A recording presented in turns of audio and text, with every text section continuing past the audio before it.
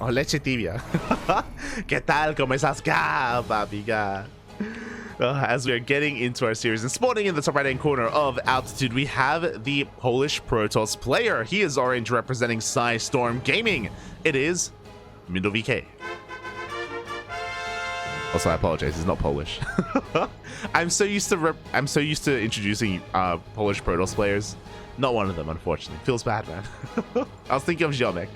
But spawning in the bottom left-hand corner, we have his opponent. We have the South Korean Zerg player representing Dragon Kaizi Gaming. It is Dark.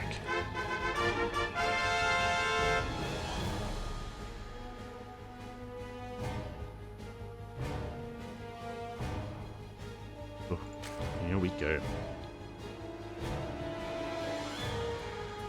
Vamonos, papi, vamonos. And we have had upsets in the past. There's a reason why Dark is down here in the lower bracket, because young Yakov popped off. He took down Dark in a ZvZ. And now we have nothing but Protoss ahead of us. Oh my god.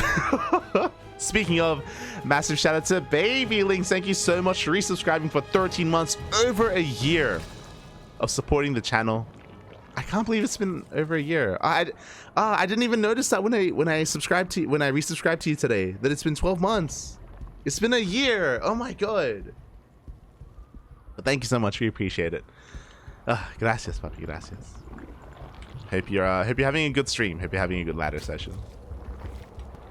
As we are getting into this hatch gas pool opener here from Dark, nothing too crazy. Likewise, MindelVK getting into his own opener. So we've been casting a lot of Mindel recently. I'm crying, papi. I'm crying. Oh, 1 year of ramen. It's beautiful. Oh my god. But yeah, we have seen a lot of MindelVK recently. A lot of him. And on Altitude, the last time we saw him, he was up against, not Demi, but he was up against a Zerg player in... It wasn't OSC King of the Hill. It was in Sparkling Tuna Cup. That's it, Sparkling Tuna Cup. It was MindelVK. He went up against Moku, if I'm not mistaken, and he was able to flex his Sky Toss. Now, is he going to survive that long against Dark? Unlikely, but possible.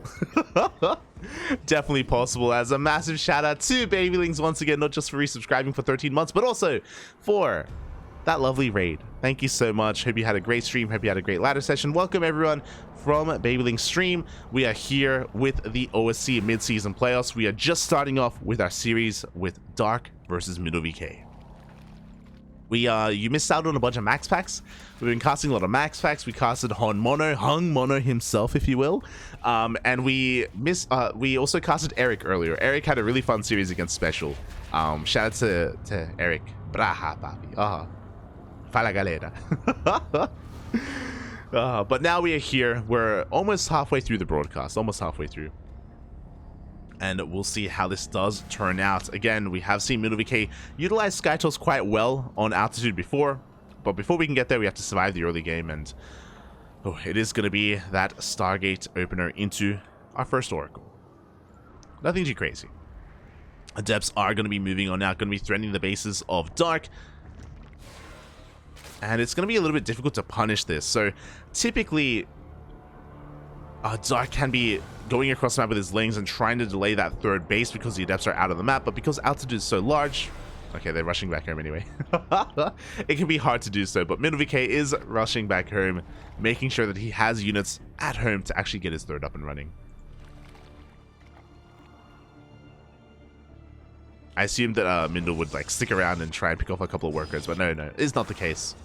As Lings do check the wall at the natural, they check the SimCity here at the third base as well. And they're going to be able to shut down this Adept. The first Oracle is across the map. The Adept is going to go down alongside at least his pylon. Oh, this second Oracle is a little bit too late, and the first one across the map just doesn't do any damage. Oh, these Lings are getting out of hand. Ay. Can we force a cancel? No shot. Okay. We're not going to quite force a cancel, but we get us around on another Adept, and it will go down. Again, great trades here from Dark, as he does trade 7 Lings here for 2 Adepts and a Pylon, and a lot of damage on this base. And on top of that, we're going for a pretty fast lair. This was around a 4-minute lair timing for Dark. We've got a Roach Warren on the way. This could be for a Nidus. We'll see, as a couple of additional gases are being taken. I'm curious as to what tech Dark is going to be going into.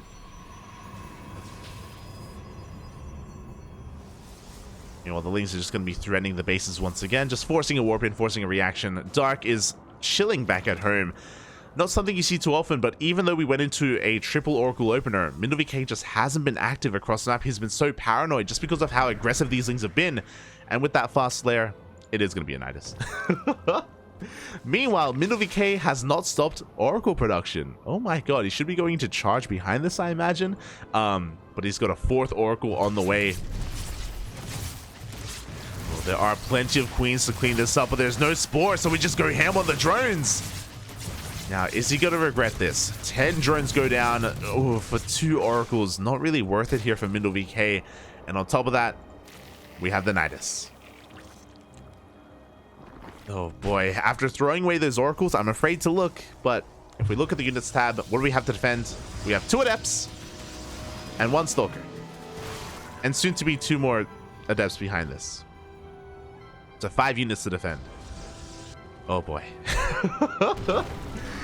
We don't really have much of anything. We did just throw away 2 Oracles as well. The Nidus has completed, and Dark is looking to bust into the natural base. Biles will connect with the shield battery. A couple of Adepts are trying to rotate over to deal with this, but there are so many Lings, they get completely surrounded. Every single Adept will fall. The Biles will connect with the Morphing and Zealots as well. Charge is nowhere near being done. A second Nidus gets up in the main base, in the natural even. And there just aren't enough Oracles to clean this up. We have plenty of anti-air available. The wall is no longer a wall. There's only 1 Oracle left. Lings flood into the 3rd base. They flood into the natural. GG gets called. And Dark will take game number 1. GG. Unfortunately, despite investing into all those Oracles, MindelVK was more concerned with getting economic damage when he could have been dancing between the bases and trying to scout, trying to figure out what Dark was up to, and he could have seen that Nidus ahead of time with said Oracles. That's kind of like the big benefit of Oracles. Like, sure, they can do economic damage, but they're also designed to keep tabs on the Zerg player, get an eye on the gas count, on the lair timing. He never scouted the main base. He never saw the lair when it was being taken. And of course, he didn't see the Nidus either. So MindelVK was heavily in the dark, and oh boy, is going to be down in this series, but he's going to have a chance to bring it all back. Game number 2 is going to be taking place on Babylon. Let's go.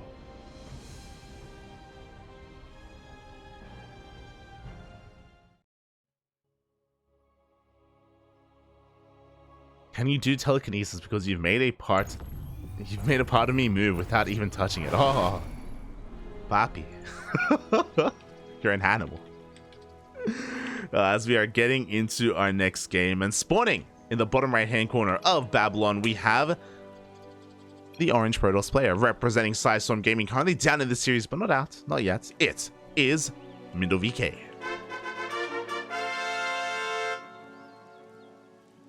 And spawning in the top left hand corner of Babylon, we have his opponent. We have the South Korean Zerg player representing CranKy Gaming.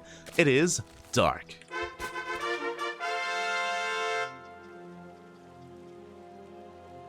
Orange Protoss actually looks so good. It looks nice. It looks nice. There are certain like color schemes that we don't get to see enough of. Like, we don't really get to see orange too much. We don't get to see white. Like, typically the color that players pick are like pink. Like, pink Protoss players are quite common. Yellow, green. MaxFax was green earlier today. Red, blue, teal. Not too much white, now that I think about it. And I'm sure there are other colors that we're not thinking of that we just don't get to see. It's crazy. Ay. For the time being, though, hatch gas pool opener here from Dark. Nothing too crazy. MindelVK, oh, I love it. Does scout the 3rd base location from the high ground as well, so he gets confirmation that Dark did expand. I see done.